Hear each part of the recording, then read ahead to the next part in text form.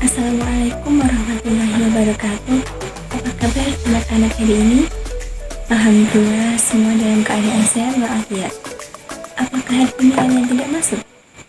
Kelihatannya semuanya nihil ya. Nah, sebelum kita memulai belajar pada pagi hari ini, marilah kita berdoa.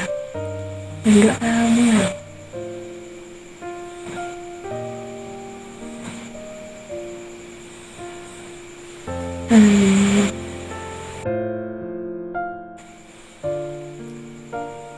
Minggu kemarin kita kan telah mempelajari mengenai haji dan umroh. Nah, pada pagi hari ini kita akan belajar mengenai makanan halal dan makanan haram. Kalian tentu tidak asing kan dengan kalimat tersebut? Nah, jadi kalian semua ada yang tahu makanan halal itu apa? Halal berasal dari bahasa Arab, yaitu halalun, yang artinya disahkan, diizinkan, dan diperbolehkan. Makanan halal sendiri adalah makanan yang diperbolehkan Allah untuk kita konsumsi menurut ajaran syariat agama Islam. Lalu, bagaimana sih kita mengetahui kalau makanan itu halal? Ada yang tahu? Ada 3 jenis makanan halal. Yang pertama, halal karena zatnya. Yang kedua, halal karena cara perolehannya. Dan yang ketiga, halal karena cara pengolahannya. Halal karena zatnya. Yang dimaksud dengan halal karena zatnya adalah makanan tersebut pada dasarnya adalah halal. Karena zatnya dikategorikan menjadi 3. Yang pertama, kategori makanan pokok seperti nasi, susu, telur, dan lain sebagainya yang umum yang ada di sekitar kita. Kemudian, kedua yaitu kategori binatang ternak seperti kambing, bebek, kerbau, sapi, dan lain sebagainya. Dan yang ketiga yaitu kategori semua binatang laut. Selain makanan halal, kita juga akan mempelajari tentang makanan haram. Seperti yang telah kita ketahui saat ini, virus corona berawal dari masyarakat Wuhan di Cina yang mengkonsumsi kelelawar. Kelelawar tersebut diolah menjadi sup ataupun makanan sejenisnya. Kita ketahui bahwa kelelawar adalah hukumnya haram. Lalu, apa sih haram itu? Haram adalah tidak diperbolehkan atau dilarang. Makanan haram sendiri adalah makanan yang tidak diperbolehkan oleh Allah untuk kita konsumsi. Lalu, apa saja sih jenis makanan atau minuman yang haram?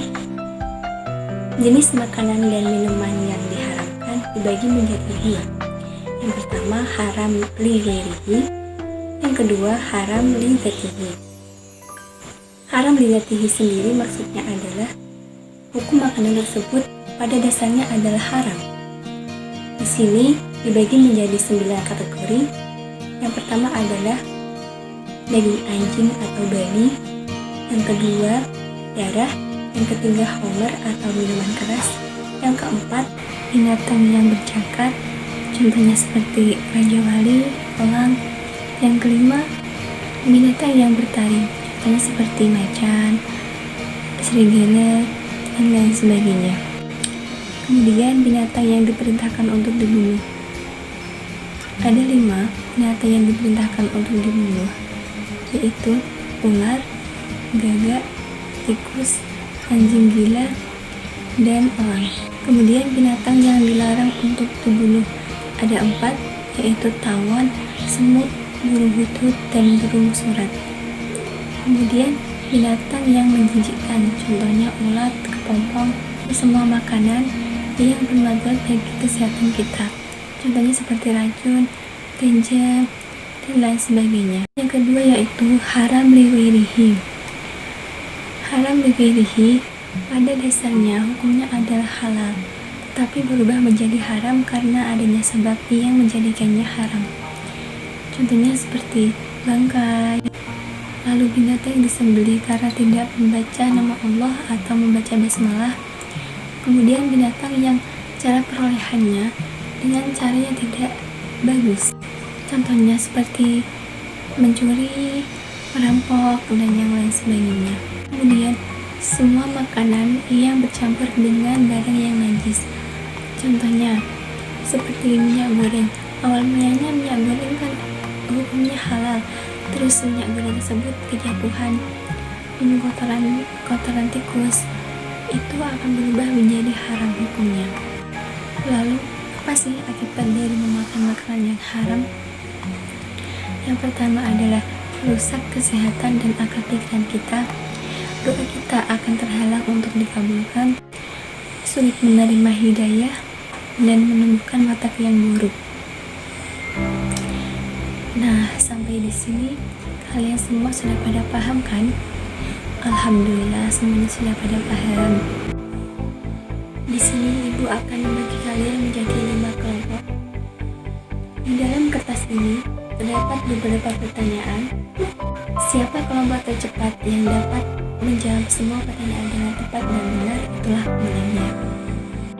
Untuk pertanyaannya, nanti ibu akan share link pertanyaan di grup kelas kalian. Sampai di sini semuanya sudah pada paham kan? Alhamdulillah semuanya sudah pada paham. Untuk pertemuan selanjutnya kita akan membahas tentang adab makanan dan minuman. Sebelum kita mengakhiri pertemuan pada pagi hari ini, marilah kita membaca hamdalah terlebih dahulu. Alhamdulillahirabbil alamin. Wassalamualaikum warahmatullahi wabarakatuh.